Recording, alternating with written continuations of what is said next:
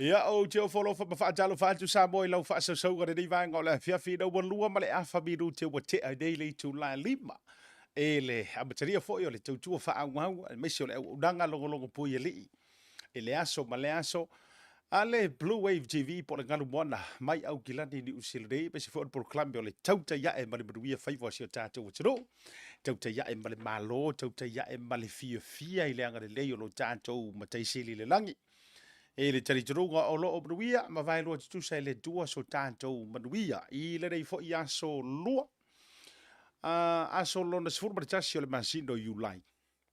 Masino lona fitu le dei tausanga lua afe lua se fulu ma le tolu.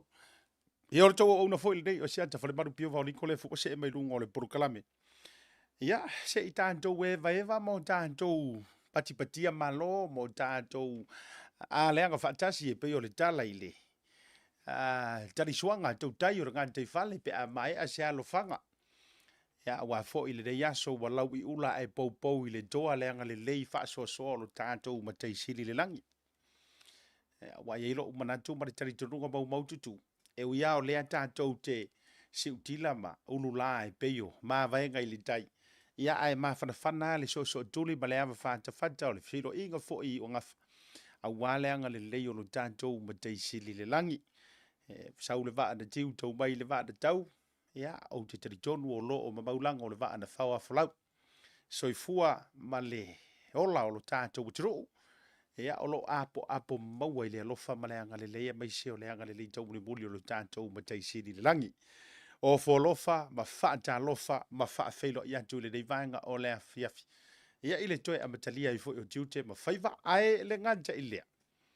O le au nanga longo pui ali, o mea sa tutupu, o mea o loo tutupu, o ni mea o le a foli tutupu, ia mani mea tātou te mana na o tutupu ai le kukupu. Ia, wo ia o erko ingara ngonga whabenga, tama fo ilele o lou nau. O lou ngau, ia kupu rose mea lea ai uma e ngai reima se mea kupu. E pe ena o se ngalu e whaafua ai le fati. Ia awana e atu popo e faa ioe matangi i aso soua. Awa te atu matangi. A faa pea e le kupure kai mirengai. E tupu sesi teimi ai ono fufuanga le. Tua faa pea kuia awa e reo kai mirengai. E reo le te mire nei approve. Ile mea nai te mana o mai. Awa ngaonga approve o lau lau ngai umaka e hao lea ngaonga e. O ngā fo iwala laka e le awadi ingai masa ngoi u faa se oi. Faa tuai fo. A lefa mai se i approve se si vaiaso. Awa lea e te fiungo fie. A te alofa mau wholo whantua i a te auto ma lava i lunga o le nei porukalame. Pe au mga lungalu fo i o le ea i so se tafa o le kelope. Wa langa o tātou porukalame. Wa le toe na o ni usila po au kilani. E a o lea ua tātou militino whaatasi i lunga o le nei platforms po lunga o awala of so te inga. E tau wala tu le tautua wha wau pea a lau Bluwave TV. Ia, o tau o lo mafuta mai New Zealand ei, ai mai se sio mātou pito nu au lelei au kilani. Ia, whaatalofa mo ua wholo whantu i anti o tau. A whaiolo e mafuta mai Hamiltone, whaasolo kui lalo i isi a tātou pito nu ufo i e malau mua te tele, whaasolo atu i Wellingtone, malu atu ai lalo i le South Island, whaasolo atu ai lalo i Dunedin, Espiriton, Christchurch, Invercargill. Whaatalo wha mau wholo whantu asia tai ati auto umalawa le nei vaenga o lea fiafi. Ia, lele kako wa lele mai i au kilani tātou malanga antu i au se tālia to ai tau nuu i Sydney au se tālia. O ilei, koe whasoro muri wa lele. Kako wo e lēni le loi Canberra wa le lau mua le nao au se tālia. Whaatalo whai ati auto uma o loo mai mua mai le lau mua au se tālia i Canberra. Ia ona whaata apele ina o le tātou mai moanga ia au se tālia ma ona fwoi si tete te tele. Ia, Sydney, a te alofa atu ai lai matua o le whaletua masanga. Io e se uso le sunga tu isa mau fata ta mati le lua ma le tausi ma uto o ma lava le mafuta mai nai singi. Pe io inga e fo i leila uka mau le vau. Le vau e deke i singi. Po o mele pone. Waka ungalo ia kia unka karangoanga po o mele pongi po singi le te iai. Ia, Brisbane i au se talia. To a dele fo i la jou e muli ta i le nei porukalame o lo mafuta mai na i Brisbane i au se talia. Ia po kuingi se langi. tatou o ia i mo sikeke ka u Queenselangi, New South Wales, ia o Victoria, ma whaasolo-solo matua i le telo niso sikeke ngai, ia tatou i Australia.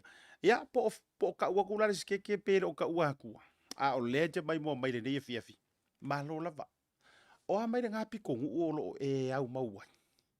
Walanga iei si tangata tatou Samoa o lo nonofo ma papa au i piko ngu fo i e whapeaka ko we le ngi Samoa o soifua ma feo lai. O lai iei Samoa i nā what ia kaki ia pitonu u faitele ma pitonu u lautele fo i le wailongo fi. Ia nei a inga manai tangata. O lai whapeaka i ka o aingi o ai o apoliki. Ia po a inga o le pangonga pe nga o palalangi. Sole. Ai kake ke ia lo ka whaalongo mai o lai whaife au wai ia. Wai pe ia mua tua inga i o feo i o le tala lime o lai whaife au wai sunga ia Reverend ia Pastor so and so. Ia whatalo whala mo folo whatua ia te uto umale nei vanga o lea fiafi. E umau koe sau to te ro tātou rungor prokalame. Ai so whatalo wha mua i ne tātou waturo. Ia lele ese mai tātou wa lele ma Australia. Tātou wheleleia tui Amerika. A talo whātu wō ma pāanga ma mai le Blue TV o lo o e pāpā au ile ma lo meleke. O le atu nu ule nei o Amerika pe a tau ia so ia. Ia o mai ia so ngei. Io. Pe o se atu nu ufo lele e te savali le aulo. E te tango le siliva. A timu pe e to ulu mai pe nina. Ia. Pe nga.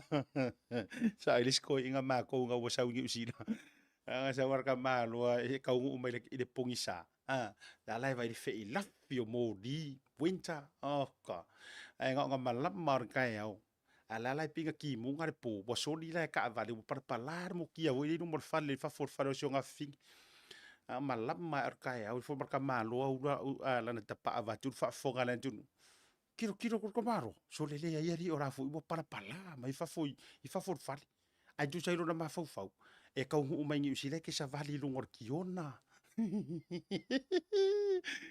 nga ko yo so kor ka maro ko fai longa fingi ko ngino pase ka Samoa e va ko longa fingi se mai fa pe wele par pala ma kingi di mai ir ko ngai fai mai ngei lo ke vai kunga e vai ole o parpala o kingi vai ia fa maruru ele ai eu ia na fa pe o fa matalanga io o le la le lei ma le au le lei ma de tofo le lei io ma mea ele mau ai Samoa e a fu ai ona si ala fia fa makalanga ma le sofi no nei atunu ai a e sawa le ai e parpala fo yuki vai Io e umai ha pi ke pi kau mau aku lau tulo pi kau mau lau aki o kingi di mai desi kai ai kiro ui sorry ele ai ri wa para pala e fo kingi di ia e fa pena e fa mai o le tu o ta fe ai le sua susu ma le meli ia e fa mai le siro makua ia na o le pui sua le ta fe ai tu le fa fa ma wa sa mo ta to vale le Amerika fa ta lo fa stete u malava o Amerika o tole mafuta mai le aso nga fua le nei Amerika. Io, walanga e kasi le aso e tua ye Amerika e va ve kwai tatou. O le aso nga fua la le nei Happy Monday ya Mondays ya o to malava le mafuta mai Amerika o Hawaii, Guam, Amerika Samoa, e manisi o stete ma tulanga fo o territory e lalo le va inga ma le pulenga ale malo tele o Americano o folofa fa talo fa doia to ia fa camilo ka ko va fa camilo ai lunga Europa o to molo ile atu Europa ioi malo tele o Peletania fa solo ai Asia al wifo ga ia tu moto le Pasifika ni sampula vinaka mai fiti ioi fa kalofa la ia tu malo ni ioi mahalo igiorana ioi talo fani Ioi, whakalofa la ia tu malo e tau lava, ia mea malava whapena o toule mafuta mai atu moto le Pasifika. Ia, ai, ona land leo le tātou, vaa tātou land, ie wha leo lo e tau walunga tātou malanga o le ke lo pele nei tai mo le afiafi ia pa talo fa sio tatou te ru pele o Samoa io e landlord fa lele wa e aru e fa mai welcome to our beautiful island of Samoa io ai so o mai e markara kengi vi ia le anga le o le atu o le o tatou tau no manuia io vai le manga i or fa o finga o ka ko wanga ngu ko kongu vi ia le anga le o le atu o le o tatou tu lau ele nei i lau fanua o faleolo o lo o le leile tau ia matou ia pia nei to ulu va ti munga pau lava le fa la velave e tau le o mawani se le ni nei a talo pa tu pa ia o Samoa mai lava le matasau o se ia pa ia ia te ula na fanua te sama le tu manua ai te ula na fanua ia wa foi fili ma pule tu de wilo i manua malo Samoa o poto Samoa fo yo le ainga fusi le fau o malo o folofa ma fa fero ia tu le vanga o le afiafi ia ai siva tau fa ai le pui nga tu mo ma pule i tu au mala taua ainga le tai ma le va au fono ti a talo fa foi feo yo le tala le lei o le tau fatu ainga tausi o la tau fa tu le vaingawi o la tau fa tu na paulia o la tau fa fale le malu tala fa auto au wale tau suina o le ipu vai o le ola iyo o le kele iyo tangata e fai la ku kala le si fa kwala o kama i fai la nanga le bo o te pui tele au fa nga le tu e le sanga ka fa mai ke o siata o to e sa o e falanginga le ave nai fai fe au o lo o fa fale le malu iyo le na tonu la fa mai o sa o e le kala o nai fai fe au o fa fale le malu ai ele o koe kuro e ka ka fasiri men cha fuma ia ka minga ele o to ele o koe le malu makua malu ai ngo foi fo nga fale lua o fale montu wa uma tu langa o ta vale me uma la fa pena fa mata to e sa o le fa langinga ia no fa tu la ia o la tala sto ina le na fasiri te o le ka o swaf no fa tu la ia mo te tauna le ia tu lo si la fia ia te o langa fesio matua taulana o atu maloloto atu so si la fia i wala ngai foi le upu fo me o le tele o tau sanga ke foi nga me ki lo me yo ai o la utala la ma sia o ka mai ango so o fai sito ina le aua ne i fuatia i le vai ona sui ai le o upu mamala si o tatou o tunu iyo le ngai fai silo loko ako o fa ko fala inga na fai ai e naito ina ia walango mau mai ti esa lea fo i a fato fala inga e ave ai le fa alu penga ngi e ave nga i feo yo tala le iyo e le fu kia i me wa ai ai le taimi le nei e le fu tia i me wa tino mai le hai o le winga ai o le fa fale le malu ma le fa tuna paulia leanga ele ongiola ko ngu ele ongiola ko fio anga lai wo ai ona ole nga rue nga le tu ole winga nga pe ngo fo ala ile farkioaka se o fai vai ole o langa tau tua fa ale o langa nei enga o tala le tusi a yengi se mea mama lo ngo le leia maka u le leia ka ko sa ilia me uma wa hangi me ma fai nga e fai mo nga rue nga le tua fai mangu boba me yo au vai ai e tu mau lava le mamalu o le latou faalangiga leanga a o atu ia fioaga nuu malaoa ia mai se foʻi o alalafaga o le mafuaga ga e faamai e faafale lē malu leaga e leai so lakou faasigomaga i le nuu lea e leai so latou eleele e leai so latou suafa matai e leai so latou tamaliaga ae ua na o le pola puipuiga a le fioaga e malu ai e ala foʻi lea leona o atu loa le mea muamua e fai e osi le feagaiga o le ale feagaiga e tou te malu e te lua malu manai o lualo e lē ulufia o tou aao i totonu o le fioaga lenei galuega lenā pale feagai ae o latou tatalo ma laulauga o le a ifo ai manuia i totonu o le a fioaga oka se magai ia feoi o le tala lelei faamalo atu faatalofa atu leaga e tele na ia ua fai feʻau e tele foi o i latou e faamanuia lenei polokalame o le ala foi la lea e lau aluga ai outou le loto ma le agaga faamalo ia nisi foʻo faafeagaiga o loo feagai ma le Male ioi. Ma e o ngisi o fio anga me se fo ngisi o e kalesia. Onu sa. Le anga ele i famai le atua e whai ngofia ngā duenga. Pa wale o le mea e whawhaingata. Ia o fina ngalo malo toma attitude. Ma mi o tangata. Ia e malo foi lona sa i malo le tutoa.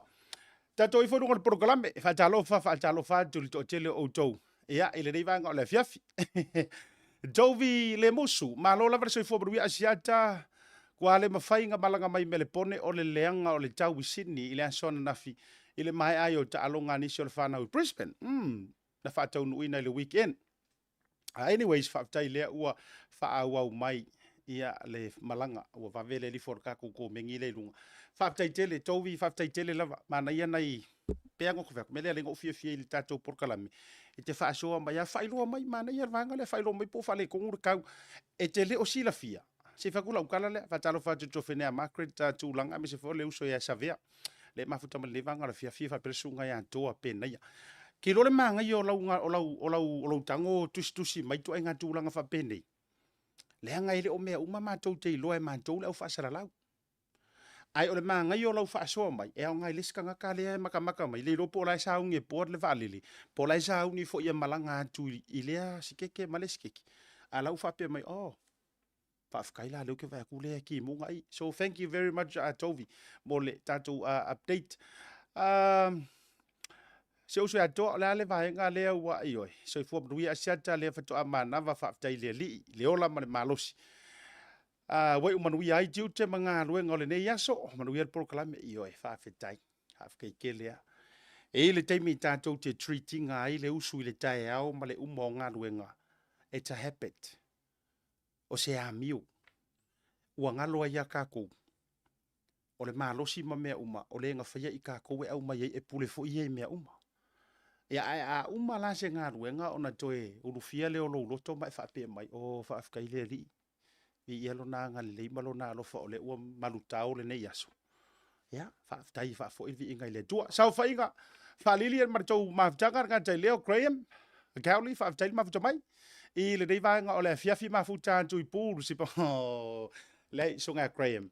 Le mafuta ba le vanga le from Makei. O Maulalo June. Maulalo.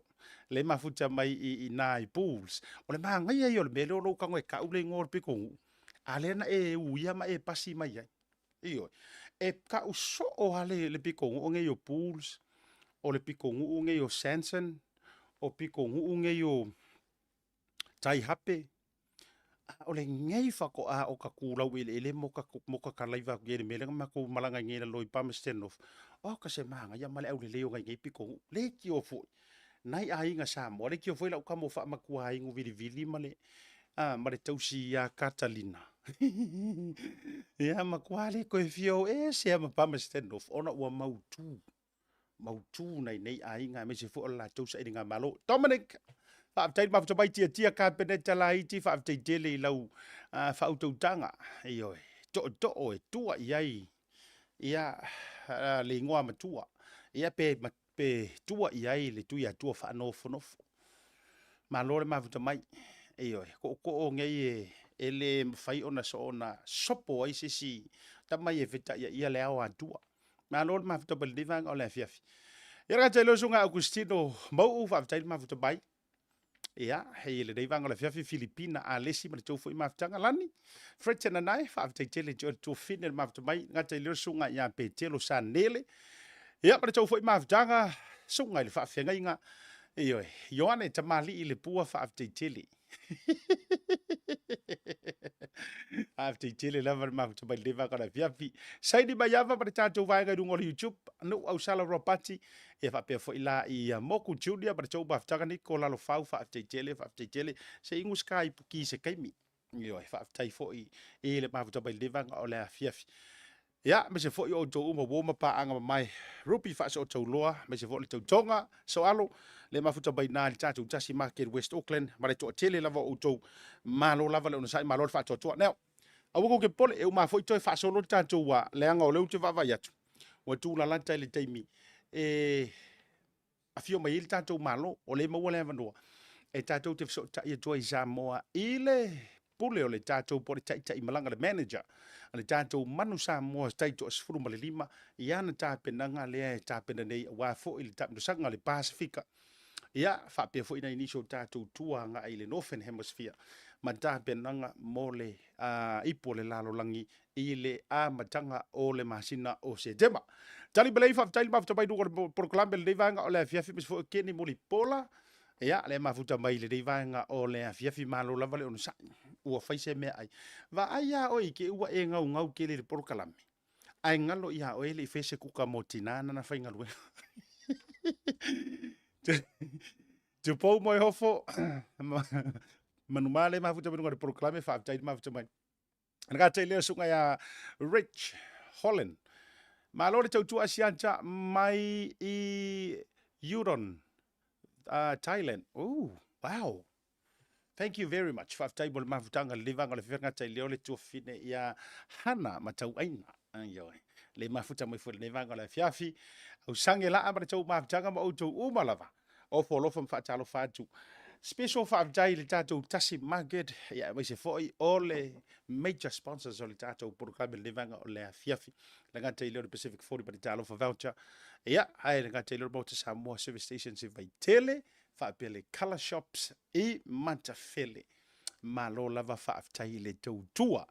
Tātou atu le maralonga a foi mai. Whairikako whaasoa. E tali ai. Ia, le to ai tau nuu po le join mai. O le fionga i le tai malanga po le pule. Io e walanga a saule le whaasa mo le whaaperekangia o le manager. A le tātou Manu Samoa. A saule whaasa mo fa meor kai malanga. Io e. Ia e siringo ka whaapea. Ia o le taiuru. Io e o le tātou Manu Samoa. So a sunga ia sua. Hesed Ieremia si taimi. Lea o le a join mai rungo le tātou Zoom. Ai si tātou atu maralonga. Whaaua wele o le tātou proklame. Talofa lava Samoa. O le o tau no mai fal o loa le Tasi Market ni usila nei e tanto o loa me tau 5 SS mai Samoa. E pe o fue ma to launga. Tuinga matano panuava. Ula fala ula nifo titi furumua fa pe manifo oti. Maleano no yo nisio me tau 5 SS te filifili mai. Ma fo ia tanto tau ma fa SS mai Samoa e pe oia. Ula ma fe. Fa pe talo ulu ma fa. Ise tau o fietele. Pala au nei lole numero lo o ilunga monisio fa matalanga. Le Tasi Market, le tali o longa nao. Oh wow, come God, Nick. Just give me a second, eh? Hello, Auntie. Oh, Mayuko. Cho điều số, con ai xem mày sao cũng quen Auntie phạm thôi mà lunch bắt đầu kiểu. Baby, what do you want? Barbecue. Oh, chị from more sorry. Thanks. Love you to the family. Okay. Hello, Vaku. Yeah, Auntie. Barbecue? Yes. We have the barbecue, please.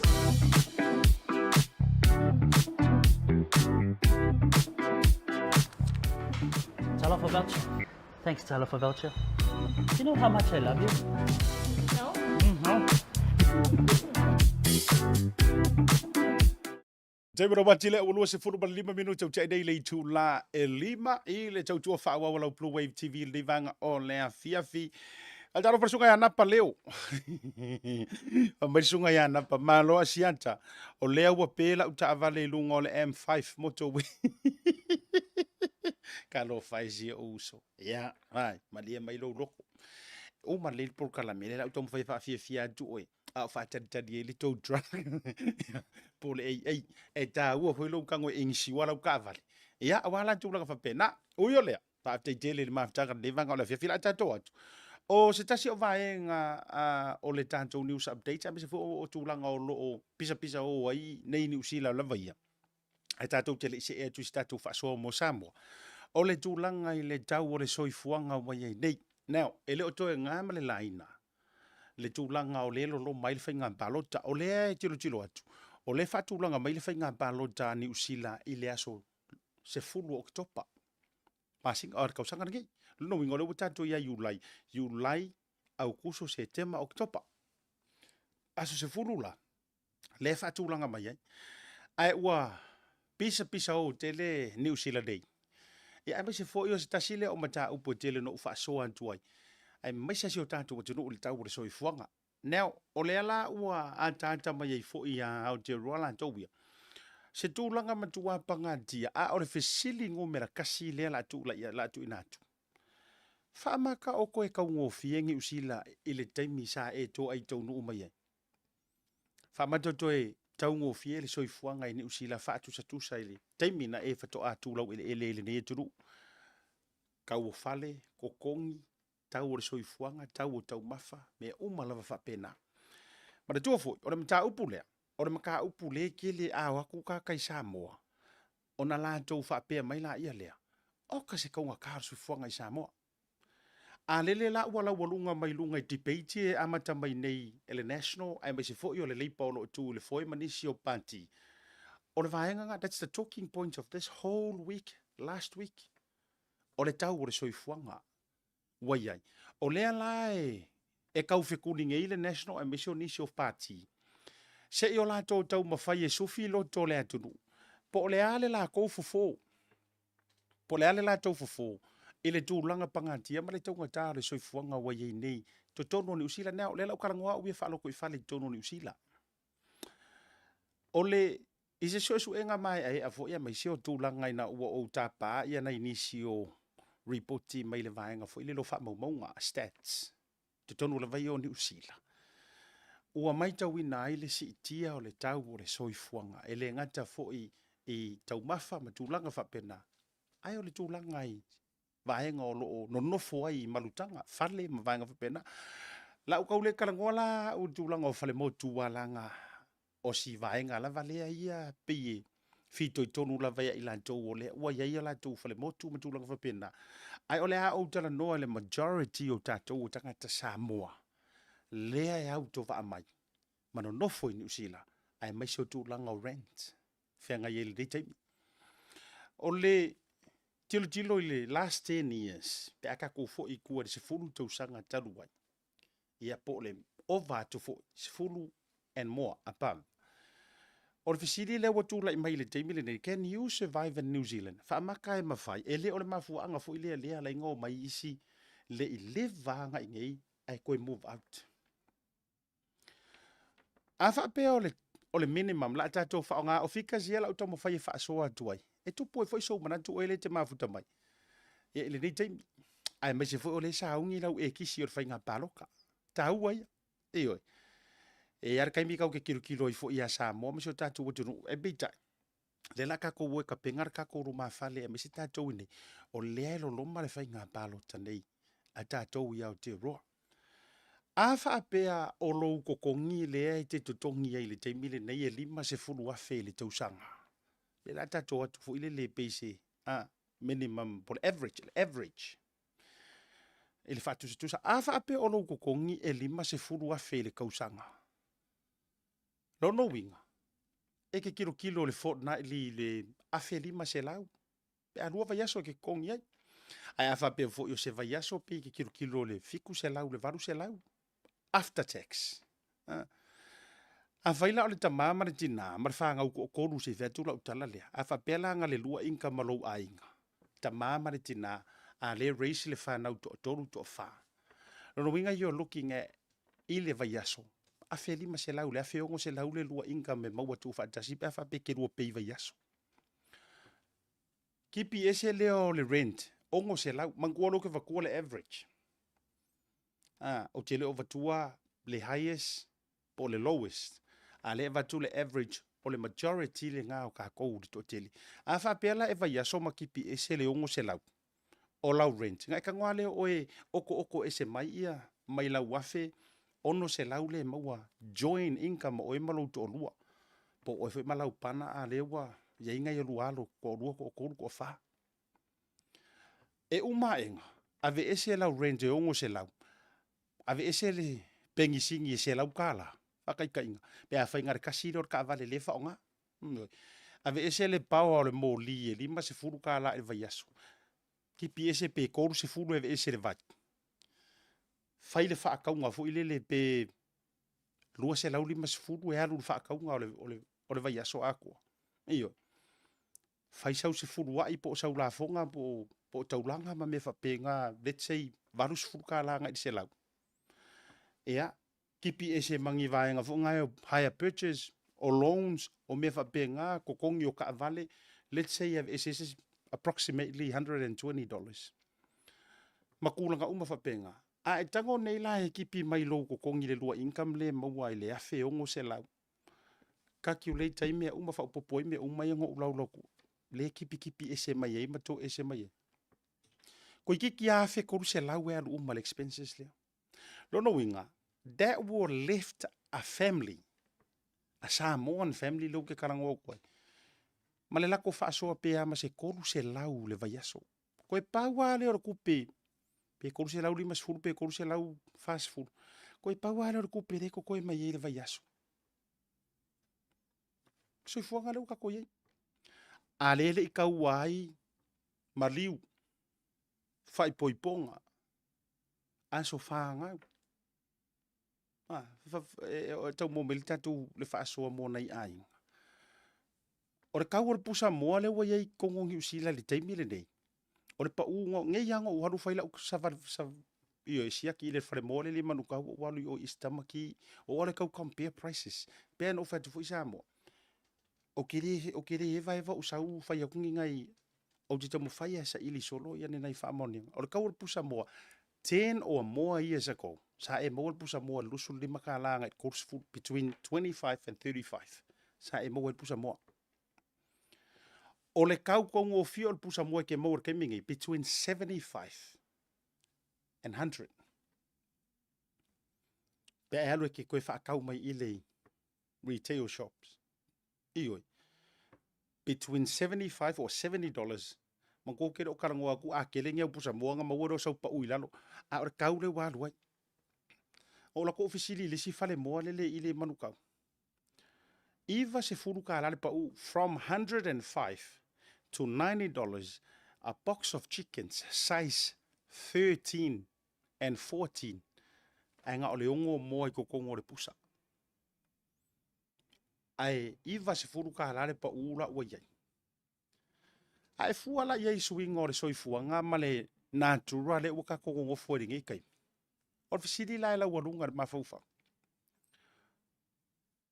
Can we survive in New Zealand?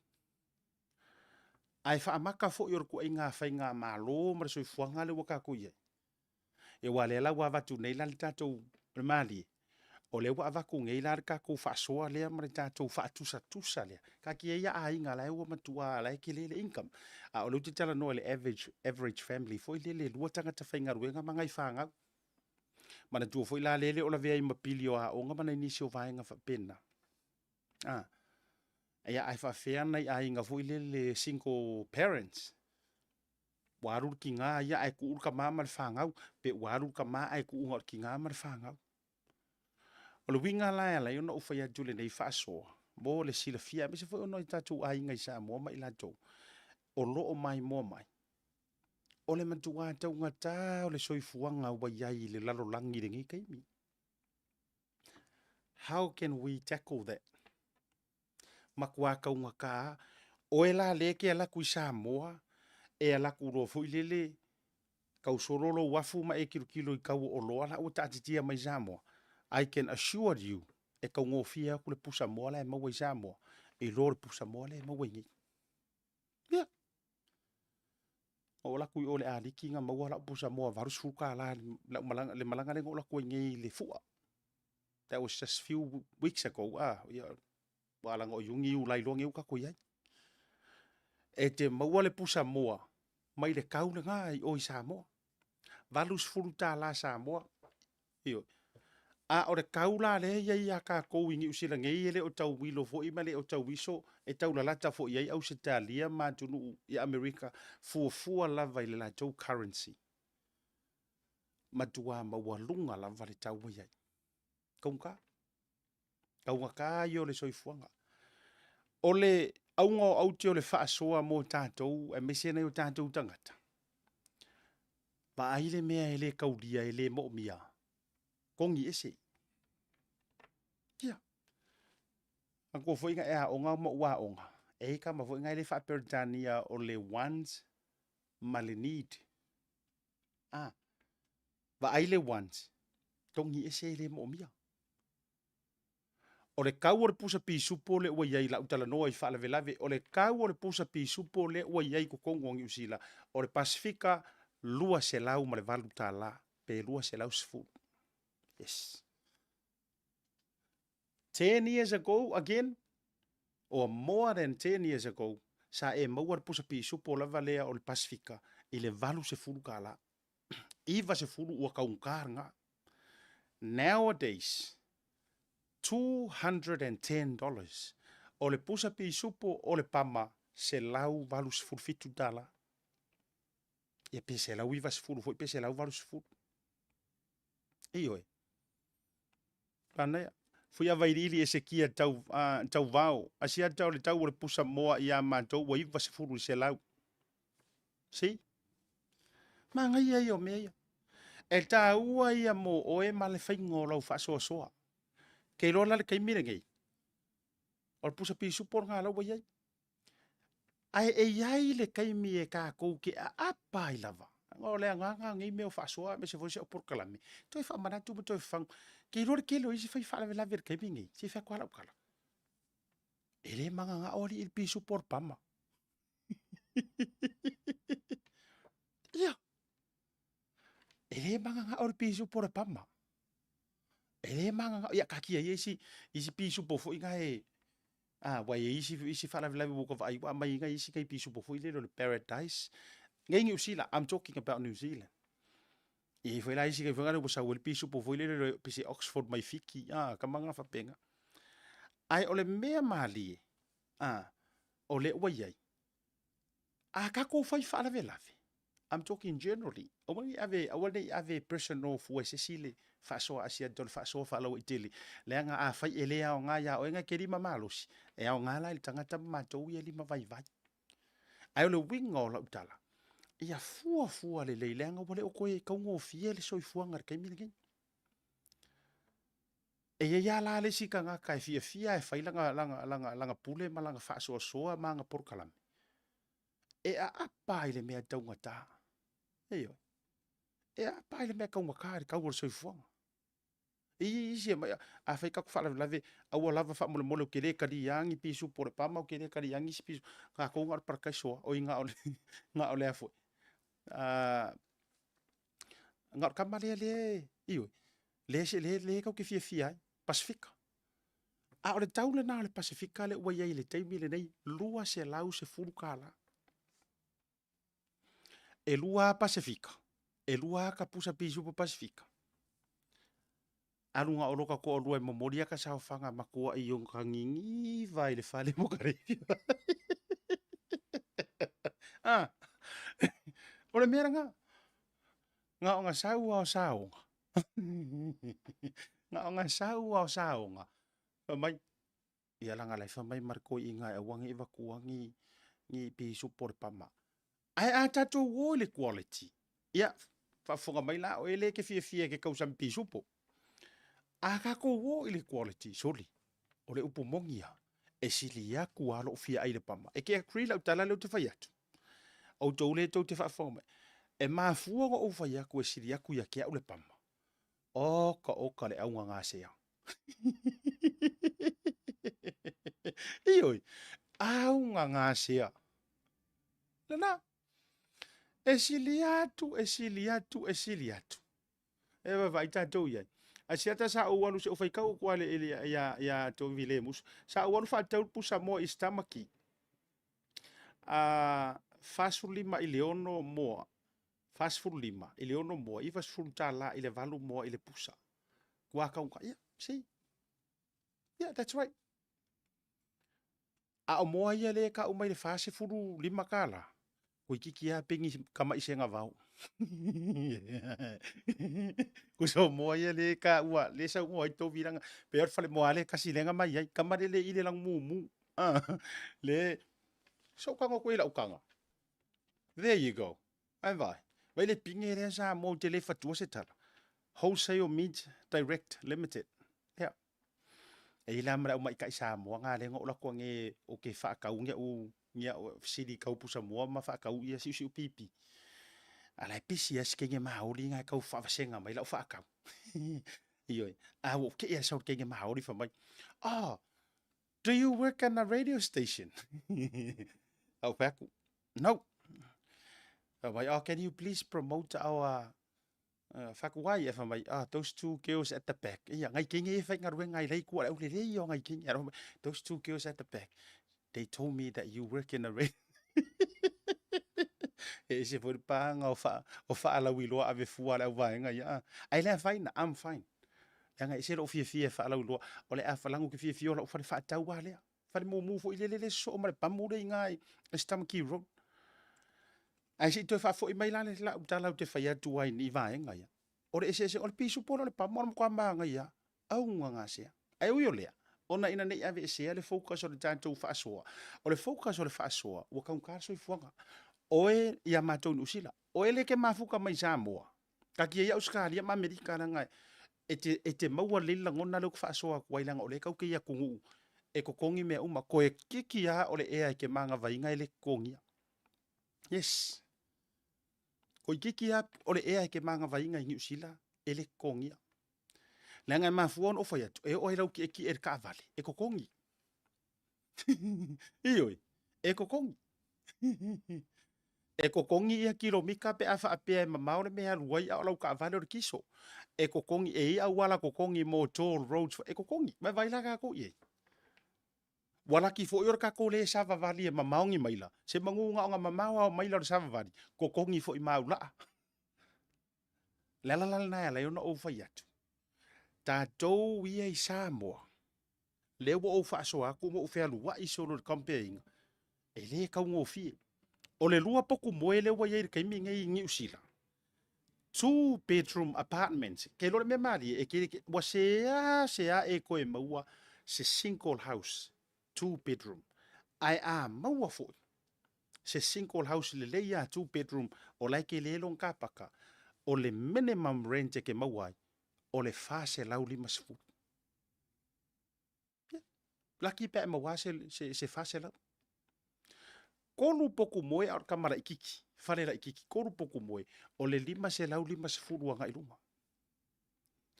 A fai oro ukokongi. A fai oro ukokongi le maua mai i le vaiaso kako karangoa le vaiaso. A fai oro ukokongi le vaiaso le ingi o vakaimi ai nga o le no moa. Average mo le minimum. Let's say nga le varu se lau e maua. I le vaiaso. After tax. Alu ese lau rent. 5 se lau, 5 peongo se lau. So it karaka big fight. Guess what? You only left with 200. Iyo, pe fa pe ngar ko kasi ka fenga. Lua se lau nga. Ave ese kipi ese bor moli ole vai. Mara inkiale la ku mo pe pelo lau var ka i vai yes. Ola. 5 ka la yan wai. Allah. E na ona o tata longo ma se fau fa pena. A o tatou la i Samoa. E ke rore ese ngā o lau makiwa. Le la whea tu e tau alunga i le vaenga lea. O ke le lopo ua a. O le ese ngā o lau woi. A upia fa penga. O le ese ngā o lau woi mala woi. O le ese ngā. A e oi maisi o kako ngu i Samoa. Mo se o tatou ainga mana i o tatou tangata i Samoa. A ua le maua se kupe, le maua se ngā ruenga, e te tua i le vau. E te tua i le ngā taifale. E ke sa o loko ai. A e le iloa whangoka i kua au, ule apa a e alue e pipi. A ua le mauangi pipi ngā riko ngu, ule kalonge alue tae le kungange. Ioi! A le iloa, whai le maumanga, ko ngai kapisi mangi ngai kukama. A o le iloa to le talo po le ufi oso le fai e solo. Mawai. A e sa o loko ngā mea e le mawhai o ngā kokongi. O le oia mā kou ia kungu i whafo. E le mawhai anga e ngofo e alu whai so pupu whai kuor whare ngai ke ngofo ai. E ke wha moe e tau sami ni aso a saule ai. Ioi. A wha apea e ke aru e kokongi au wha ikua, o longa wha moe ngā. o le keukeunga o lou fale. Ma e ngongu ku solo ai ka ngaka e o aku fa mai vai a upupu fai. Ai le ima se me o ai ai. Ia. O tau maua mai la. O le tau na o le soifuanga o le fea ngai ma tunu i fafo. Pengi singi le o ai le taimile nei. What's the price? $2.40 or $2.60. Le kau le lika. I le pengi singi le o ai. Aioi. Lua ka la ongo se furu sengi. Samoa ngai koru ka la mongupu ngai koru ka la se furu ongo. A whaaliliu le lua ta la ono se furu sene. I le tupe Samoa. Wa e kiro laka i le 5 ka la re kau o le lika. Lata i le 5 ta la le tau o le lita lea mākou ke kokongia i ngai. Manga kua. E le whaapea e ke le lika ngi usila e la iki lika Samoa. ele o fuanga fu ilele. O le tātou marantu, se tātou atu le tātou malolonga. Langa lautu vai atu le tau fiso tai mai ia le sunga le manager. Le tātou malolonga. Tātou atu le malolonga. A foi mai. Ia si tau kongeki a kui Samoa. O leu tau vai atu le tau fiso tai mai ia le sunga le pule le tātou manu Samoa po o le te iuno le tātou manu Samoa. Ia sunga ya sua Hesed Ieremia. La tātou malolonga tātou toi foi mai. Whauaula ia le tātou proclame le vanga o le fiafi. Talofa. Welcome to Maota Samoa Service Station.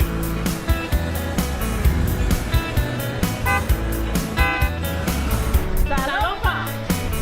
Talofa.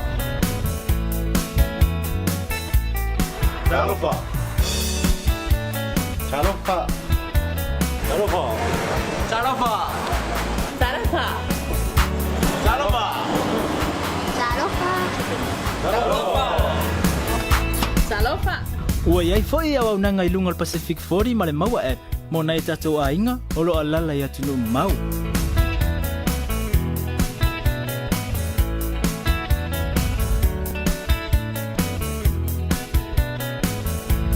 Tonte pia pia o na pia mo o Samoa.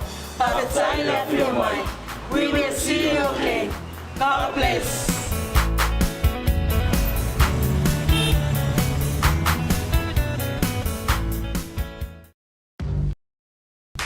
Job in Matavele can brighten up every aspect of your life, from interior to exterior. You can change the look of any project you have, from auto to home, around the yard, and everywhere else. Bring color to life with our selection of the best paint. Come check us out, because we're more than just paint. We got bush knives and a whole lot more. We're the folks that will help you kick that drab right out. So come into the Color Shop in Matavele. Call us on 25577 or 21527. Drop an email to cs.creston@gmail.com.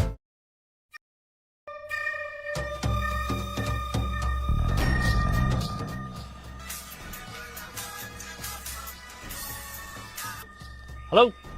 Happy birthday, Us! Siri. Yeah, happy birthday di mo kwa makiva. Se me gana mo vine kwai.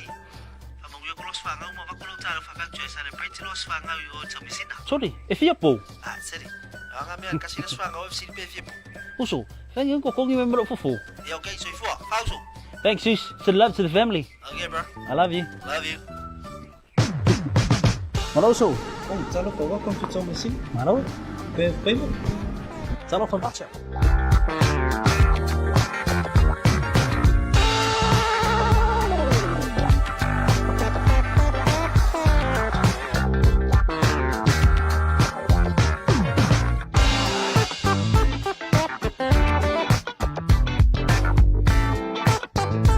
Wajilea ua joy se furu biruto de jalo le jula e ono ile taibia mantou ini usi la dei o te fia e failo aju o le ua bawa le mafiso tainga ia male sunga ile bule tai io langa a fasa mo pe ngo fa kurka ko amakanga o prokalami a fasa mo le manager ile julanga tau ta longa le mo le tai malanga ia tanto wo o le pule o le tātou au o le manu Samoa o ia fo i o lo ta iulu le tātou tāpenanga a wale alo atu o le tātou au filifilia le manu Samoa.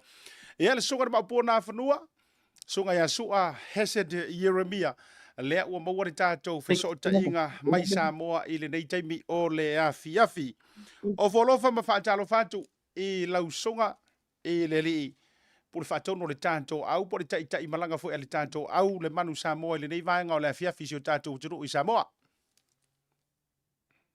Ia patalo fatu I lau fionga I le pule o le tātou prokalame, ia lau fionga fo I fonga, ia talenga siata, ia I le tulanga I piona ia le tātou so ta inga I lunga o pea o le ea, ia manatu pa ia masao nei foi afiafi le whaafonga Samoa I tulanga whaalupe le toi o esi whamtalanga, o Samoa lava ia o le tunu mamala, o le tunu tofi, ia tala tautonga e tala tofi Samoa, ia ai tautala atu I le ava ma le whaaloalo le tulanga I peona I tāua, ia le whamoe fo I peona iai le tātou au tele, ia o loo whapea o na langona lava pa I mai o mawhanwhana fo I o tālusanga ia a Samoa lo whapea o na talanga fasolo I tue fia le laulangi, mai se Samoa lo au towa atu I tono I se tātou tunu nei, maroso I fuama lange mau e tera I titi lau vai atu.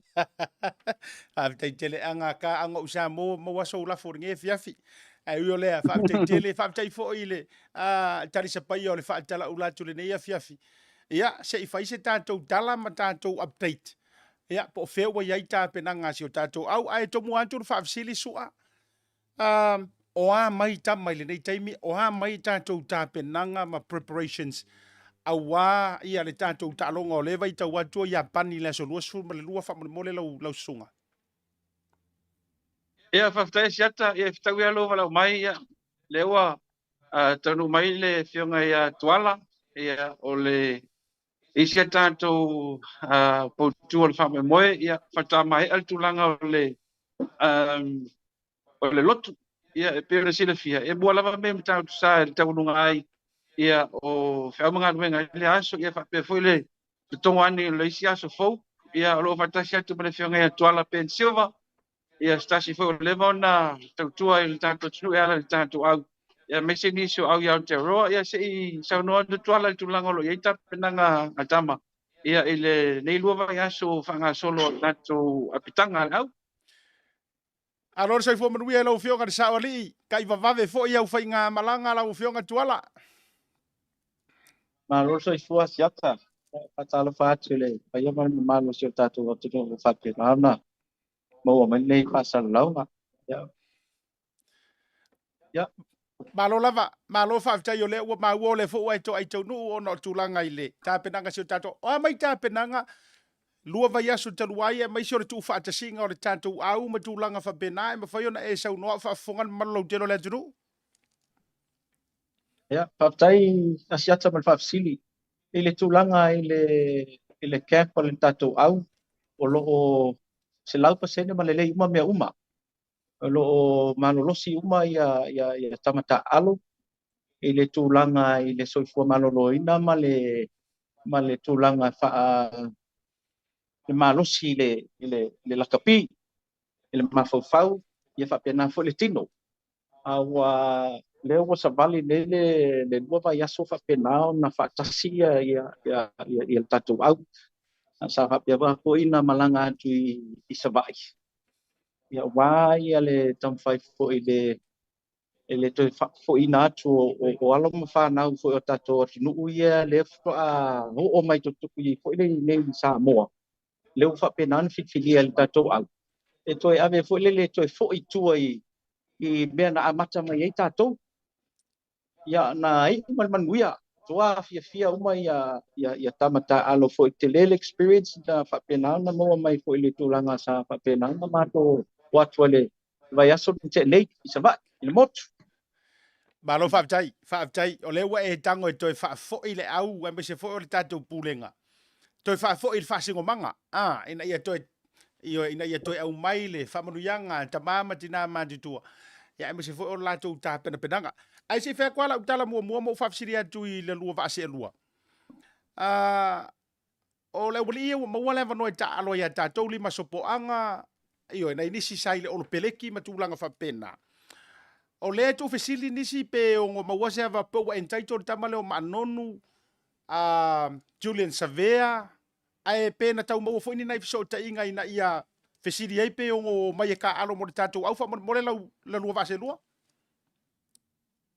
Ia waftaia siata ia ole vainga tonu na ta ua tamata alu sa yelso ta inga ia ile le uso fo ia Julian Savera ia ai ono manuanga lo fenga i mai ia manisio o tu langa le alu fia ia ua le mawai foi la manoa e au mai ta penanga moli por la langia au si vainga na ta ua ia ua matua ia ua o vainga na tau se vai ia ai e ai foi vai ngai au ngai mo le tapenanga tanto au ia lo tu no fo inicio o ai mai se ia tulanga tau i fofanga ainga ai e fai sto tele o alon fa no pena silfia ia ole lawa lunga leo tau fenga umba la kapi la langi o tau sanga fa penei ia e ta sia no o mai tono piliota ta ifata usanga ia mai ole tulanga la nai pe ona ia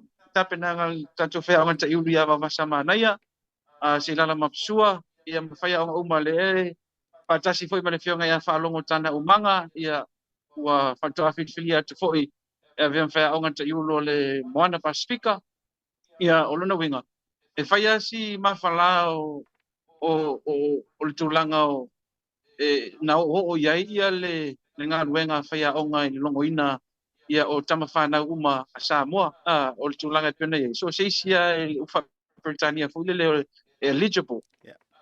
Le ana tala mai fai to fule le eligibility mo Samoa.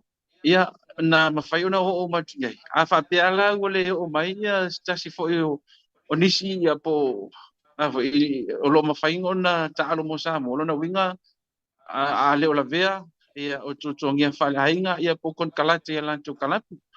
Ai na o mai tulanga o mai le longo ina o alum fana o na tunu o lo mafai ona eligible mo man Samoa ele ngata ele tu langi saute le taute ai a mai sani usila ma Australia ai fa pe fo ile la Europa ia le sila tanto au to fast full na lawinat ia e to tele mai la Europa ai fai lava i lunga le tamata alo o lo ia ta fai mata upa Britania e fa fai mo fia i wa ka wele ka hang o lo fole le na to lo peak ma lo perform ile time le nei au ai si le le ngo al tulanga ma lunga la kapi ia ai pau wa pa ultra fai ngal nei tau sanga on alo le fitness yo manuanga o ia la tamata alo lo ta alo tulanga ma lunga ia tau fai ona lang tasia ma fea le fai unga a fai a unga le filia ona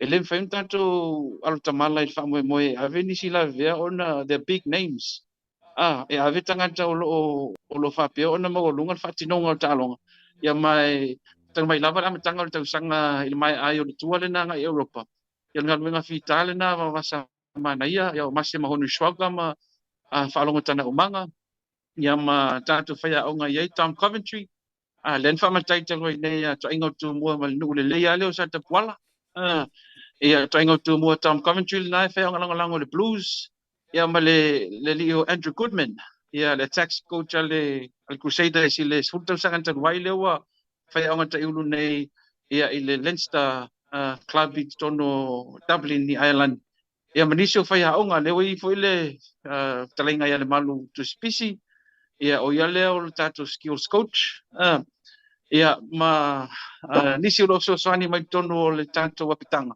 ia le tam fai e awa manongi ia awan fa mo le tato au ia mo le por la lang ia ia foi ni pa pui le tato au fa pe e tapo ele o mai o se so swani tulanga ia ile itapenanga ai o le tu langa la no lo ia no man ia tong fengo len sa no tuala ia o le lua vai aso le camp o nga man fa mo fa le o mai ta upu fa loto i fali i tulanga ia o siaki tang manuanga o koleninga ia o le plan foi le fa ia o nga le ta o game plan ia mo ta longa ia tolu lo manei ia pani fiti tonga ona lau no leo le lisi fa ingo le tanto i pola langi e na o tolu sul mal tolu la fa ingo tamata alo e lautongia e pe ona ia isi au uma wa luas pulu au lo tau sinyo le pola langi e na o tolu sul mal tolu e malanga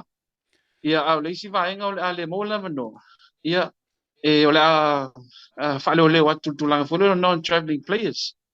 Ia koleni lava ma talia because they're just an injury away. Ia po antulanga fulu le whale tonu maedis. Au lo ia lava singa te fulu le lango atu. Ia au nei vaenga uma siata lo ni mea fau. Mali. Ia o ta yala ia ma tapula ana fatino ele afoi ila tau sa ai nanga sual tai au le tulanga o tatu au tele man sa mo tu sanga tele walu ai o se tulanga fia ile le loto man ma fau asiata ia o no lu te mili ne te fai mai ai se apitanga al tatu man sa mo tono o tatu lau fanua ia pia nei ia tanu mai le lima tau sanga o tonai ia lata le lima mai se le mai ai le pol lang no fe suiva ko viti le misela mai no ma e o lona winga o se vaenga o ngā telefoi mo le tātou tunu i tutono sa mo len mai atu le tau whainga le toa Samoa whai situ mati e o tātou i le nā fwoi tau mwhainga alum whanau lakpiliki ia le lawa tani malo tātou te mile nei ia i la pitanga le rua vai asu ia o nano te inga fwoi nai so le whau ma le whau tūlanga o whatinonga ia au ai ele au ngale umi o tatal noanga asiata ai o te ia pani fale tonu mai ia fitima tonga ai ele matola vai ia va ai mal fa mal ta yulu mal tam fain ia fatala ula toi le mavalsia ala la au finangalo ia o sa mo tulanga falupe tanto ngalu fatasi mo miel to lango male tatalo ia lo foi fana o filfilia ua a vea ma fu ala tu le taimi o sa i tu langa po lava pale o ai unga ta longa ya pani fitim tonga ia o le mesili o le mawai statu au anga ia tu li po la langi ona ia sta longa tu atu ta longa lo fo ma ai lani ia ai le yo tu tono le po la langi o inala pe lo ai au lo lafi ta longa na ma ai lani la so fu ma no o au kuso e fai e tono pe yon ni falani yon fata au fale lo le po la langi la so fa o se tema ia ma fa solo e no e pai le vai so mua ta alo ma chili la so spul ma leono o se tema so ai ma Argentina la so lu spul ma lua o ya pani la so lu spul ma van ia ma engelani ila so fitu o kitopa o se va inga ma maole na fa tu langa o le fufuanga le tato au tele man Samoa ia mo lana malanga ia ua folau fatasi ma le tunu ia mo lipo la langi lito sanga luafi lo tulu Malo faftai lau sunga i le tai malanga po le pulenga le tātou Manu Samoa soa le o malama yulungalu ni sio vaenga me so tāpena ngā tama. O le ale tā ua o le iai o le au waa le lei le o mai tau watu fia fo o le ua filifilia fo ia le talainga ia whalongo tana umanga. E to tonu o le tātou wa au whaia onga o ilan tau o stangata i le to i tau sulaina le Ieremia i le tautua e me si fo le to mai. O lea le tā ua e mai se o to mai nei tu whaatasi e whai malanga i le tātou Manu Samoa a wasa i ngā malo. Le te tau whailo le tā ua le awai o talenga e whalongo siata. Ia ua lewa ona tongi le maa le sunga ia tana i le tūlanga o le tālonga o lakapi le ngata i tunu a te roa. Ia ai wa avea fo i o se ia tau ia upu whaperitania pio na whailo atu le ambassador o Samoa i nisi o la asanga na iau luai au sia ia mo Samoa ia malatu Pasifika i tutono o Aotearoa o le iai lai tutono le au ia sila fia foi mo le vana iai tana i tutono le tātou au mai tau sanga dua whenua tasi sa elia o tātou avanoa mori po la langi ia le la ua whiwhilia i tutono o le moana o le isi tā ua ese mai tau whainga whaia aunga lava ia o le tau mawhai e toe whaamaoti a tili ma whaalelei a tili le so tanga lea ia o le pathway o au nei e pe o le aunga na o whatinongo au whapenei o le tau te wha aila mo le whaititainga ia o le tua ma le moana na whatuina ia e mo au tele atu nu te tasi Ia le la ua tatou ai tulanga mataina wo ia ile manuia o le awa afiti. Ia o tulanga foi fa penale ai ia awa o le le famal malunga e tasi ia talenga ia falong. Ia male fionga ia vasa. Atura le situ e tau ona sili atu se la sanga o le moana i tau sanga fou ia puna i tau sanga o mua. I le tūlanga o tamata alo. Ma le whaanga solonga mai ngai wa i tatu au fuile le tau le manu mā. Le sata o le Samoa a yaso ia. Ia ma le tatu academy o lo Samoa. Le o troe a manta ona atia e le tūlanga o le lakapi se fulma le 5. Awa ia o tau sanga na se invai atu. Ia o le whaamua mua lava sa ia li teito fitu. I te tonu lava i o Samoa ai pe whaalangolango le se fulma le 5. Ia yalo foi ma whanau o lo ta alo i kalapu whapolofesa ia tunu i whafu. Ia peitai la e whainga tata tau te tono New Zealand. Ona o kon kalate i kalapu ia i franchises i te tono New Zealand. E patino lava mo lo peleki. A wal nai ai le tula fono foi le mata iala lo peleki. Ai fita alo lo peleki na saudi ta alo so pala kapi. I kalapu i franchises na ia au kilani. Ia o le Chiefs, le Blues, o le Chiefs, o le Hurricanes, o le o le Crusaders, Highlanders, auto. Ai la nisi o alon whanau o Samoa i au ia. E whainga tā ona saingi mai o mai ngai a Samoa. Ona o lave o kon kalate, o lo ave whamua mo ni usila mo lo peleki. Le lawa i el tanto moana. Ia ai au a fwe whili, mai whaia au ngata iulu. O le whaia au lango lo ngā luen vawasa. E leila se fisilingi au lo mawawhau i le tūlanga di tau ona le sotanga le. Mai lava le Tatou Academy nei makalapu i tono Samoa, ia ngā i mai le manuma, e se Tatou age group so le under 18, under 20, ia liam tamai tai ai pia o le man Samoa, o le pathway le na, ngā i atu loi le moana, leo Tatou wa ai ai stasio alo ia Miracle, whailangi.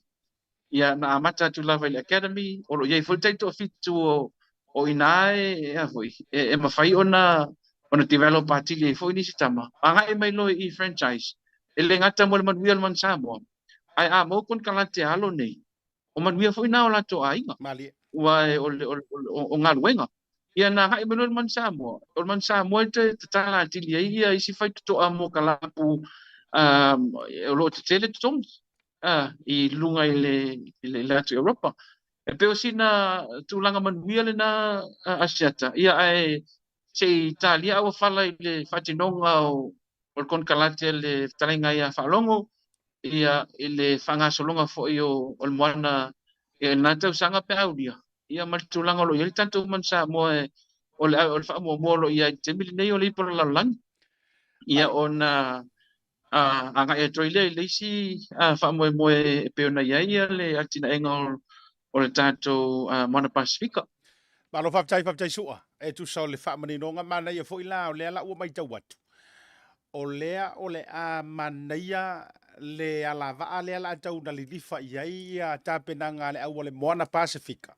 E tai pe ona e sau no ai tu sa le drua e fa tapena i mo le au kele fiki. O le mana ia foi la le wa sao te tonu ia le telenga falongo a tana umanga ia e toi tapena o le a le tawilo le antele nisi o tatou tama e prepared mai matulanga mai i le Super Rugby ia e filifili ta alo mo le tatou matunu ofisili muli ona le tatai mile nei vanga o le afiafi o leu te mai tau atu i talonga le tatou au kakia ia la le tatou talonga i tonu ia la ia pani fiti matonga ai o la ofisili sa o atu i fa tapenanga mo le World Cup a fua i le ka alo mai ei Argentina i le talonga tala malai ma ausit oi mani usila. Ia, tiro atu le tapenanga si e tātou au. Ia, e mawhaiunga whape atu le toatelo le au whaitau fo i le lakapi. Ato no pe o leo no matau mana, ia ka kopuru e ui o lea e lau walunga mai le au le ngume la kasi. Ai, o le tate vai atu, ia pani, ia ele ase se nganga vale ai pe ina o ni tau matematenga ma fua mamau. Ia pangi o Chile, ia Argentina, ma Ielangi. Engelangi. Engelangi. Ia, ole ase whamoemoenga o iai e ono tātou tāpenanga mafuafuanga ina i se miti tātou te ausia ai se quarter final le tātou pulu lau sunga te te imalanga? Sata na te sau tasi alfi sili ele o mau atu maanga muli. O le vaenga muli e iai se possibility a tātou tāpenanga ma le tuu whaatasinga e mawhai e ono tātou eimina i tātou ausia se quarter final. E tu sai o le whaatulanganga mai o le tātou pulu. Ia, sa ole le lava asiata o le ngangal na o le tono le tātou pitanga le temile nei. O mawhauwhanga o mawho ia alo mawhanau ia mai se le tātou pulenga. Ia o le man malo maausia ia le kota final malunga atu. Mane. O le o tātou wa ai il tulanga o yele la langi mal fanga solonga o tālonga. Ia le fo tātou wa ai na yuso e pe on tā o le temo sola. E le se me le mawhaia pe a le leilfa tinonga. Ia o le kota final la tau ia o le vaenga you know ave ele le taula ia le tātou au o le me mua ia au sia le si po le langi e pe la sanga mua le na ta talanoa i foi o le au sia le po le langi i le lua fitu ona wa paisi tele o isi tamusanga ina umato le po le langi e tau te ui lava i le tūlanga fuile lo qualify ona o fale tonu tamu whainga ia ai o le tulanga nao mato vai ai ia mo nisi fo o le afa pion tau avea ia to finga nei i le nā tai ia o atu o laua o whainga o fie mo la tau le whaua wina o le tātou mansamo instead o e qualify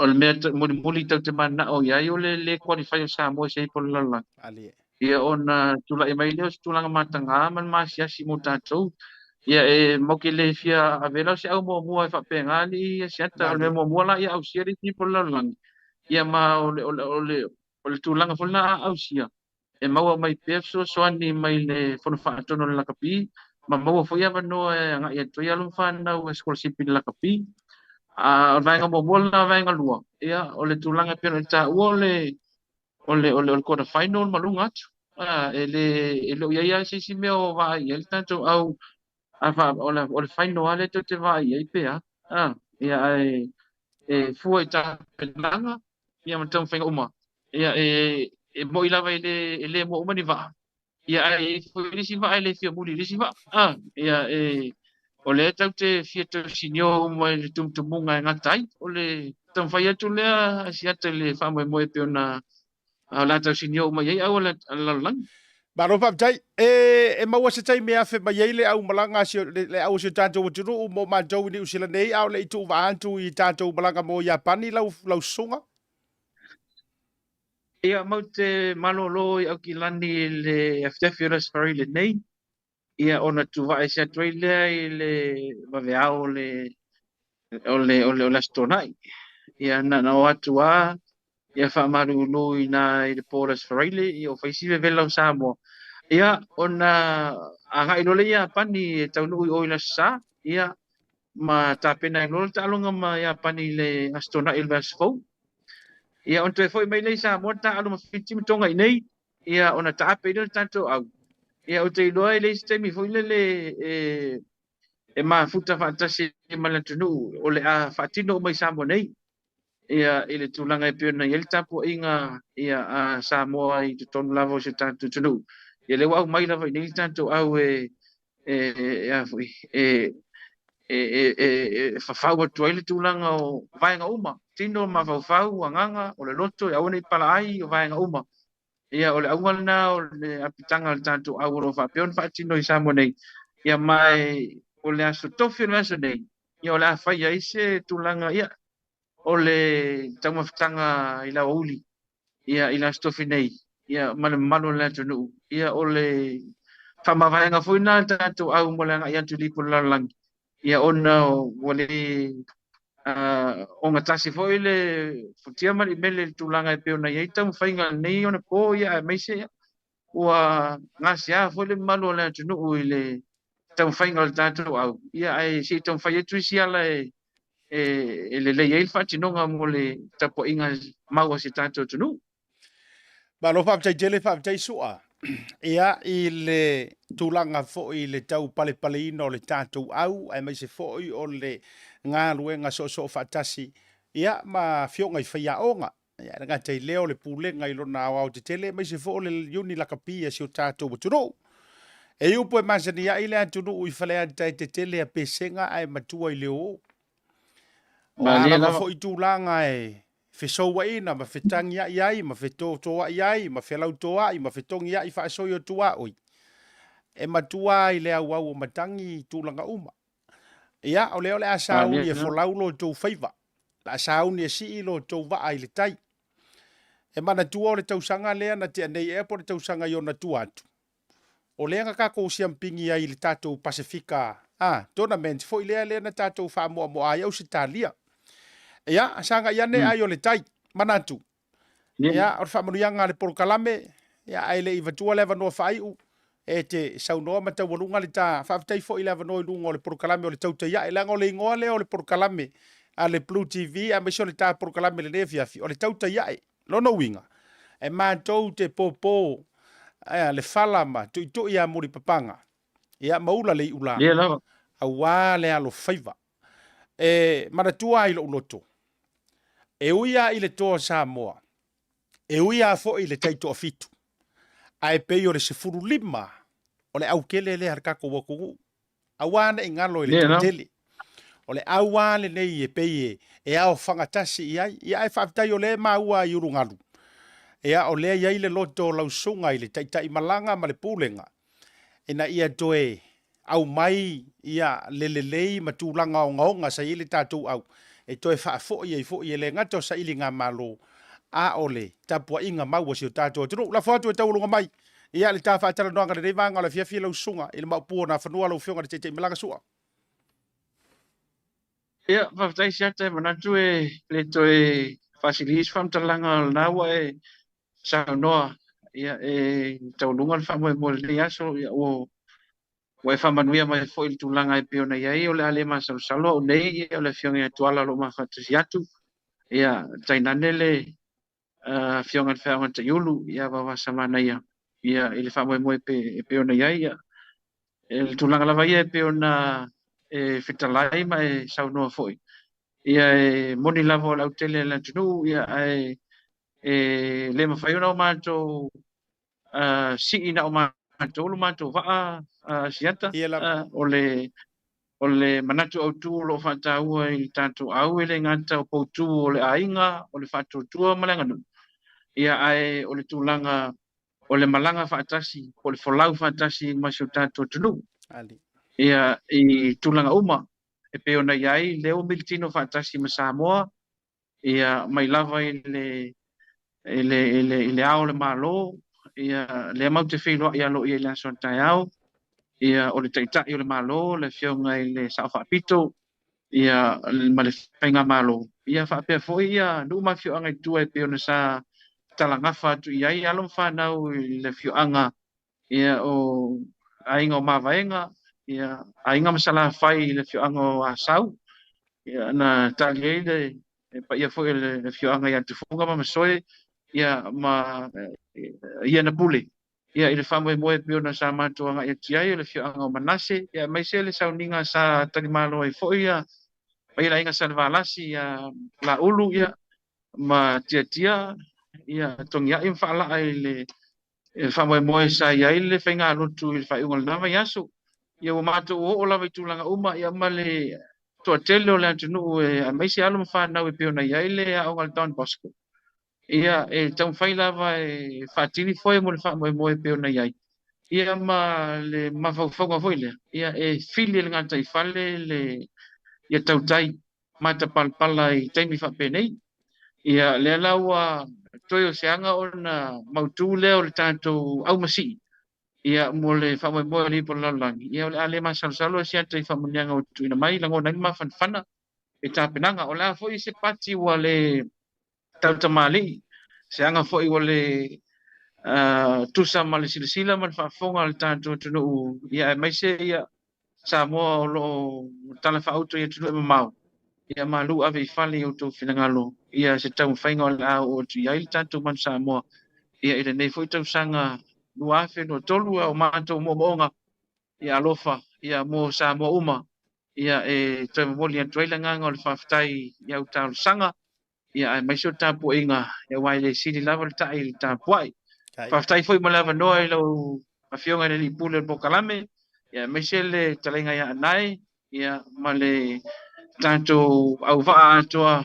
Ia e Tautai A'e lava le tātou polokalame uma. Ia pe au pepo.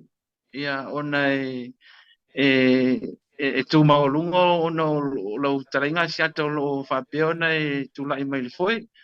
Manuia whamoe moe ngai langa I atu I le neiva yaso fu whanga uma malava singa.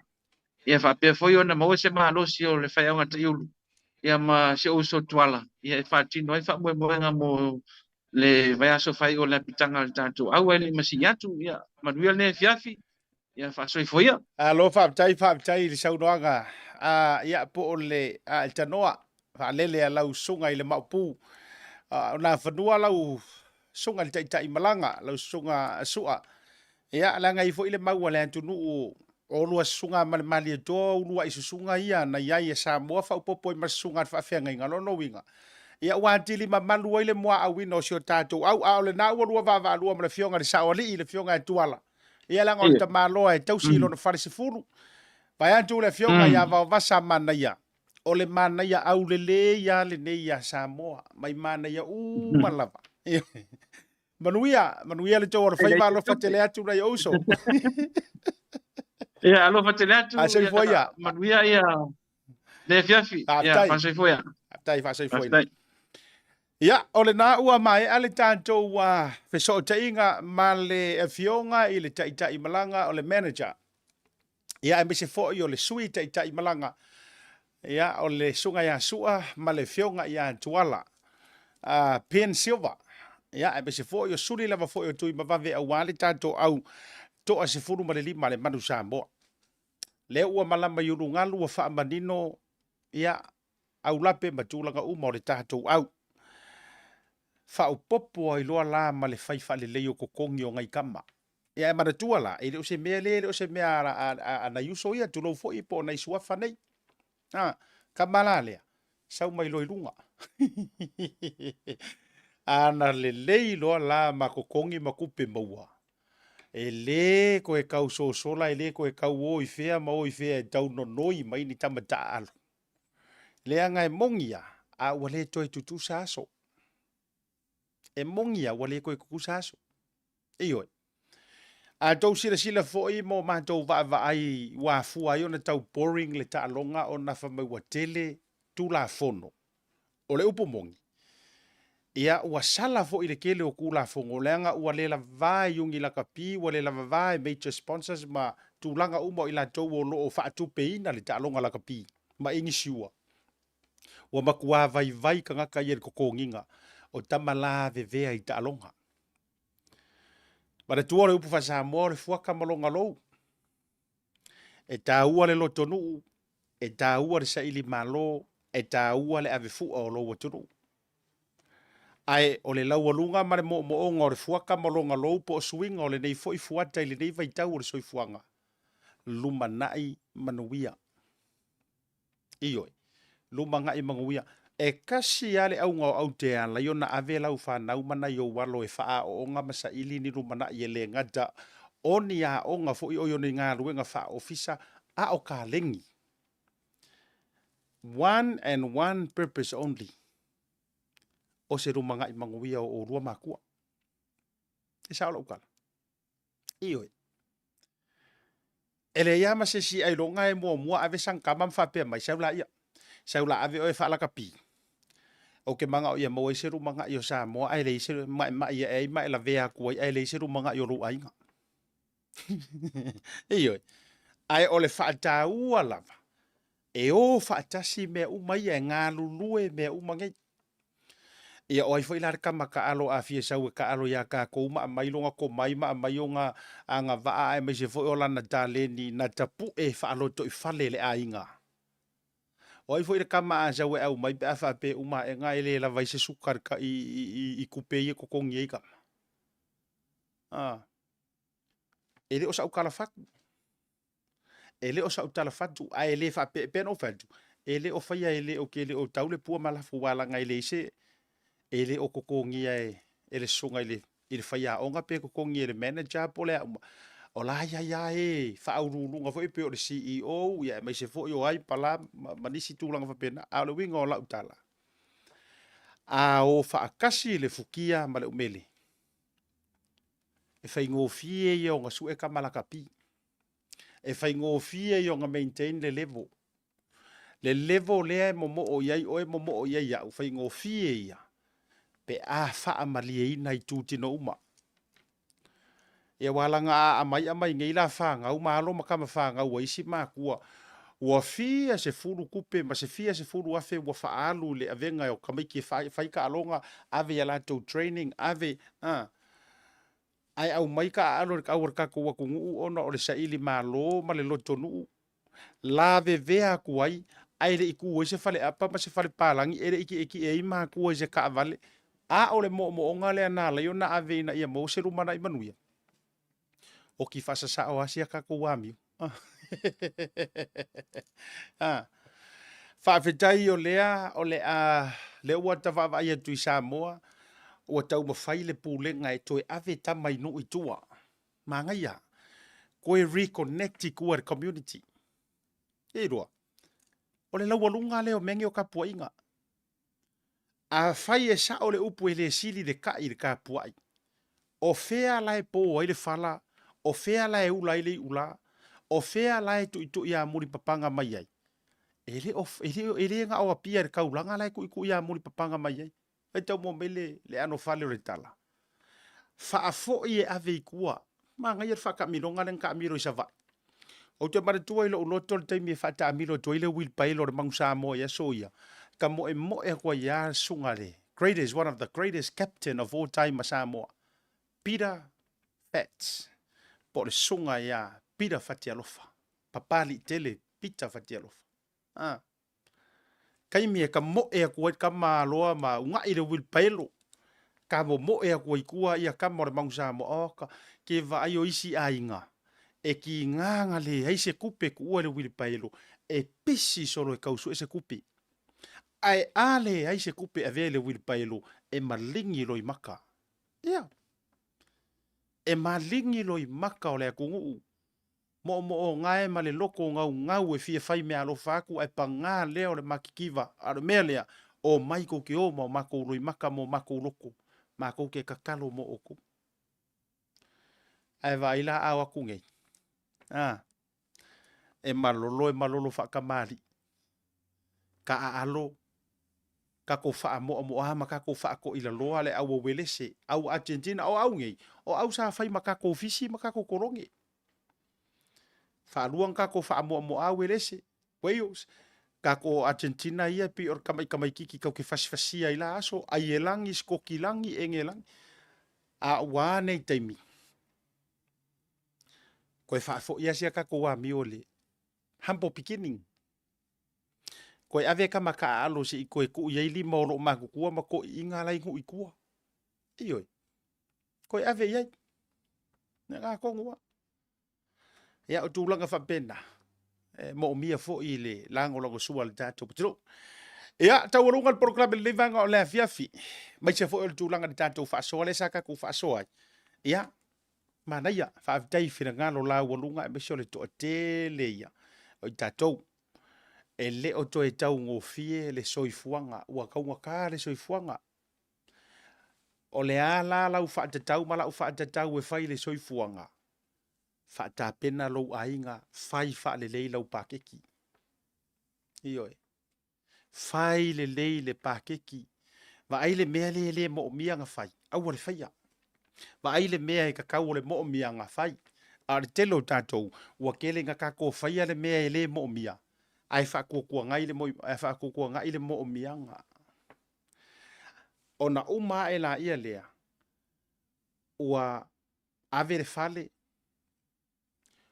ua kipi le moli ua pe le vai mafua i sea le anga fo ua faaleago a o le moʻomiaga le mea ga that's a need o le need ave le kakou faamuamua i le moʻomiaga ae aua le avea le faamuamua i manaʻonaʻoga manaʻoga ma le moʻomia ese upu gaelua o se faasamoa kaulakalaka kulaga i le eseesega o le need ma le wants o leā le mea e moʻomia fai a o leā le mea e ga'o se magaʻoga e ioe ae a fai lelei a le ai e lē faasalā ai sesi ia fuafua lelei le faiga o lau pakiki tatou feiloaʻi le aso taeao kau kilokilo kui laʻu kalega le aso taeao e peia e ono maua se tatou malo faaaloalogia ai toe confirm atu i le aso taeao a o le proklame lenā Tautai A'e o faanaunauga o malo faanaunauga o le loto ina ia Tautai A'e faiva o lenei aso a faapea o le fetoʻa manava mai galuega malo lava le ona saʻi malo le galulue Samoa share le tatou proklame faamagalo se lamaga ua le tautamali la foi fo ngava tele matua lava le tu ia te outou Samoa le atu pele le loto ma le ngaga ia fa mai se nisi o fea ngai ma le pongsa no le vala au le tua pelenga ma mai fa alo atu ia ila tou fea ngai ma so fifia o fa nau ia anniversaries ma tula ka uma fa pena fa mruia le tua ma ia a olofa malana pui pui nga ia te outou uma tai tai atu lo tou soifu la so tao mai se lo nei ola vai malo le on sai malo le tapua ia seta fale para bio volico pela unanga le tanto Blue TV Tautai A'e le vanga la fiafi soifua ma ia manuia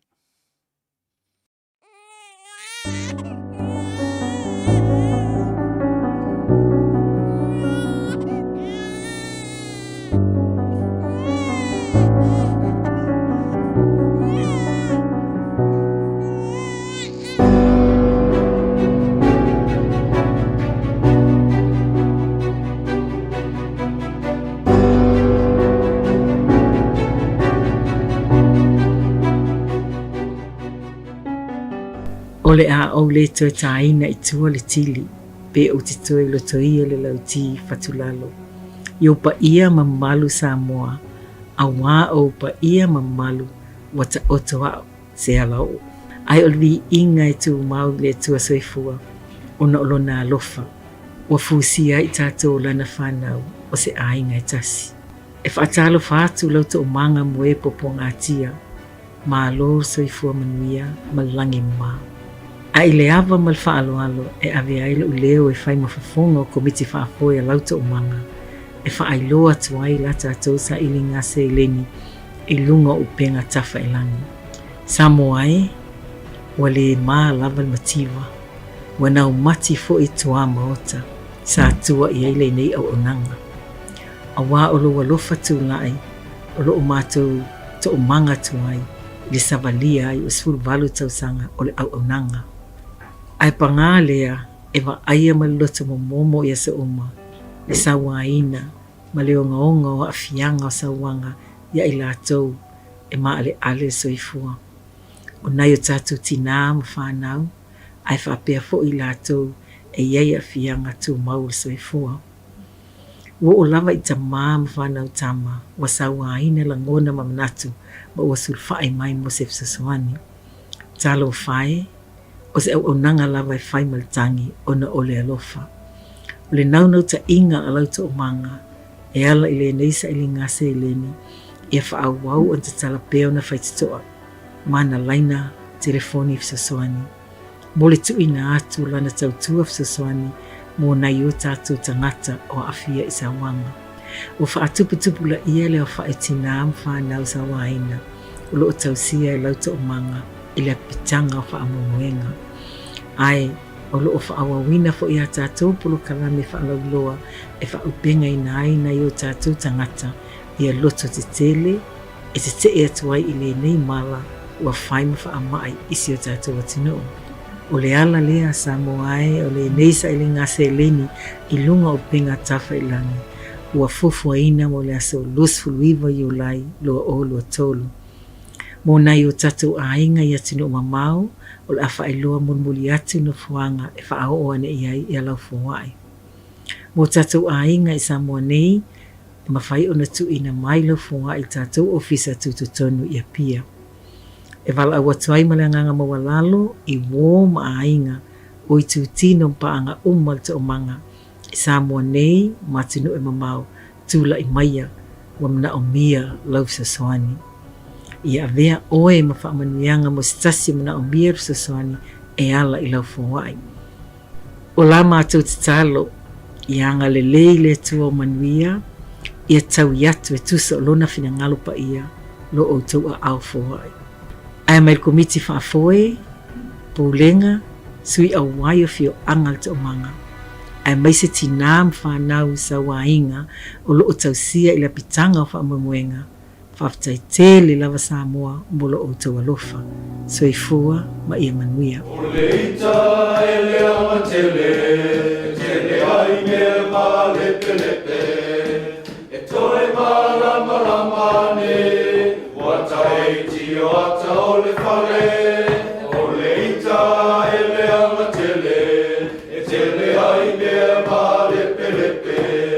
E toe ma rama rama ne, watai tio ata o le whare.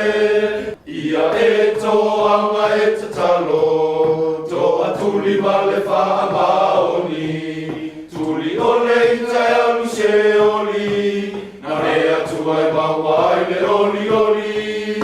Ia e toanga e tatalo, toa tuli ma le wha maoni. Tuli o leita e alu se oli, na rea tua e mawai le oli oli.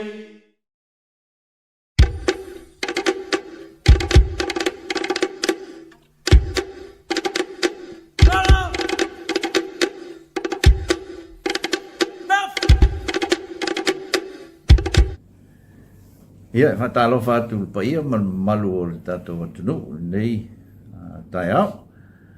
Sina upu e winga i le Samoa Victim Support, man lato tau whainga le whai. O le Samoa Victim Support, o se whaalapo putonga e lau tāu fi e tāua tele.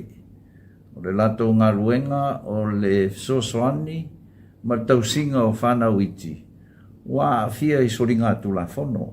Ai me se fo ia sāwanga i tonu a inga. O se whaamai o pepesi tele tato tunu una nei vai tau. Ma ua tele whaamsingonga o whawhea ngai ma whaamsingonga o Samoa i mta upu whape nei. O se ngā luenga la o lo o whaatino e le Samoa Victim Support. O se ngā luenga e mana o mia, e tā ua, so se atunu una lalulangi. E mana o mia i to inga whaala putonga whape nei, e whaatino lea ngā luenga. O le mea moni fo i tonu o Samoa, paua leo o whaalapo tonga o whaia ia le ngā luenga e whaasanga whaapitoa lava i whanau iti, ia maalo whanau a tato o tunu. E tarasanga ina la le tato o tunu, ia tato awai whaatasi le lato sa iringa se ringi o ro whai, whaatupe ai nei whamoe moe. E tā ua ia le tau lango, tā ua fo i le tato sosoangi ia i whaalapa tonga, ina ia whaawau lato ngā luenga le lei, bole lumana i o tato o tunu. O le upu mulimuli, support, Samoa Victim Support. Whataitele ia manuia fufuanga o nei aso.